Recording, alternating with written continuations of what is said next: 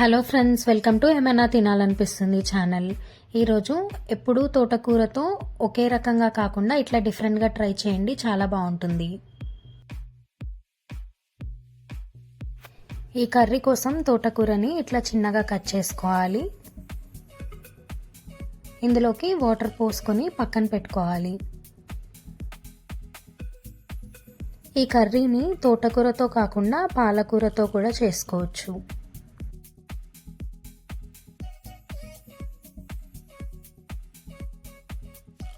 ఇప్పుడు కుక్కర్ పెట్టుకొని అందులోకి శనగపప్పు వేసుకొని వాటర్ పోసుకొని వాష్ చేసుకోవాలి. ఇట్లా వాష్ చేసుకున్న శనగపప్పులో వాటర్ పోసుకొని ఉడికించుకోవాలి.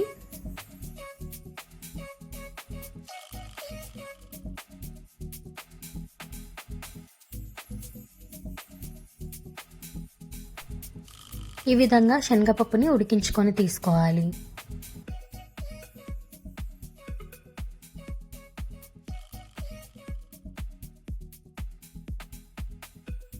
అనుములను కూడా ఈ విధంగా ఉడికించుకొని తీసుకోవాలి.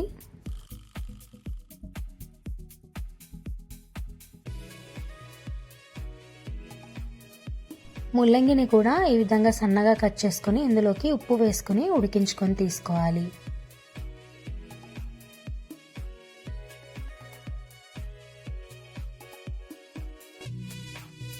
ఇప్పుడు ఒక గిన్నెలోకి చింతపండుని తీసుకొని ఒకసారి వాటర్ పోసుకొని వాష్ చేసుకొని తీసుకోవాలి. ఇట్లా వాష్ చేసుకున్న చింతపండులోకి ఇంకా కొన్ని వాటర్ పోసుకొని నానబెట్టుకోవాలి. 10 మినిట్స్ నానబెట్టుకున్న తర్వాత ఇందులో నుంచి చింతపండు గుజ్జంతా తీసుకోవాలి.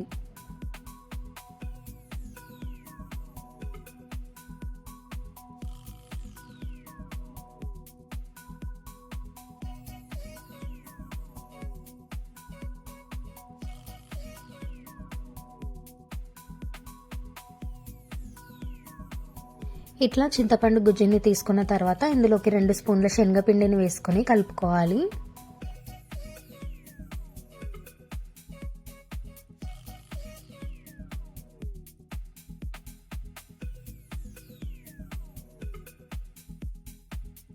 ఇప్పుడు స్టవ్ పైన ఒక గిన్నెను పెట్టుకొని అందులోకి ఆయిల్ వేసుకోవాలి. ఆయిల్ వేడైన తర్వాత పల్లీలను వేసుకోవాలి.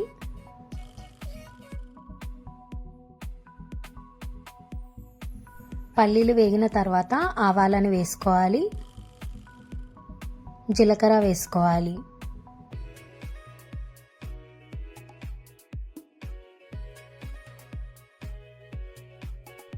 ఎండుమిరపకాయ ముక్కలు, కట్ చేసుకున్న పచ్చిమిర్చి ముక్కలు వేసుకోవాలి.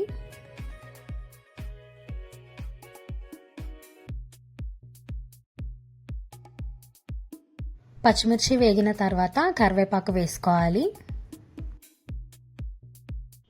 కొంచెం ఇంగువ వేసుకోవాలి.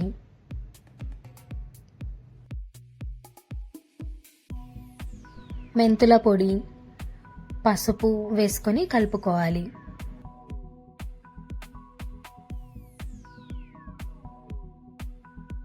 ఇప్పుడు ఇందులోకి కట్ చేసుకొని పెట్టుకున్న తోటకూరని వేసుకోవాలి.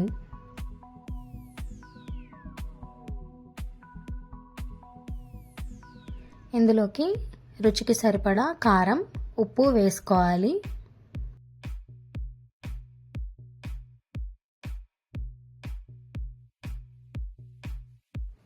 మొత్తం అంతా ఒకసారి కలుపుకోవాలి.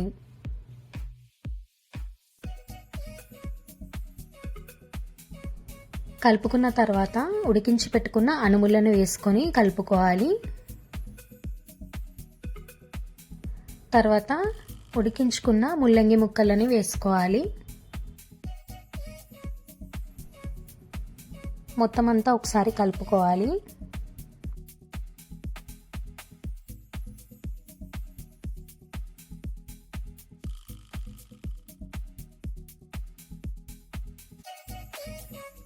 ఇందులోకి ముందుగా ఉడికించి పెట్టుకున్న శనగపప్పుని వేసుకోవాలి.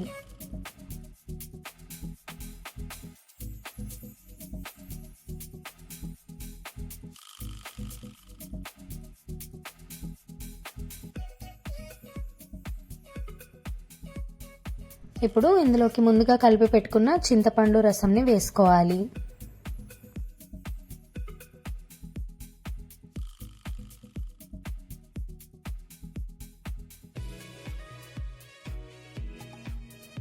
తగినంత బెల్లం వేసుకొని కలుపుకోవాలి.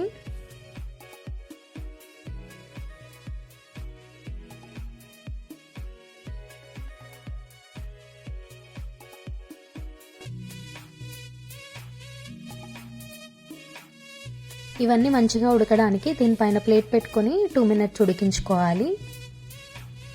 2 మినిట్స్ తర్వాత ప్లేట్ తీసి ఒకసారి మొత్తం అంతా కలుపుకోవాలి.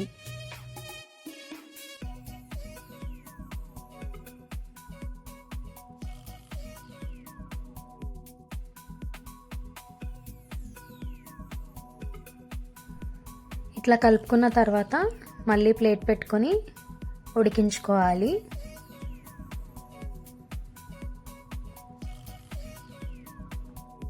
ఫైనల్గా కొత్తిమీర వేసుకొని సర్వ్ చేసుకోవాలి. ఈ కర్రీని నేను చెప్పిన విధంగా మీరు కూడా ట్రై చేయండి అండ్ మీకు ఎట్లా వచ్చిందో నా కమెంట్ సెక్షన్లో చెప్పండి. ఈ వీడియో కనుక మీకు నచ్చితే లైక్ చేయండి, సబ్స్క్రైబ్ చేయండి అండ్ మీ ఫ్యామిలీ మెంబర్స్కి షేర్ చేయండి.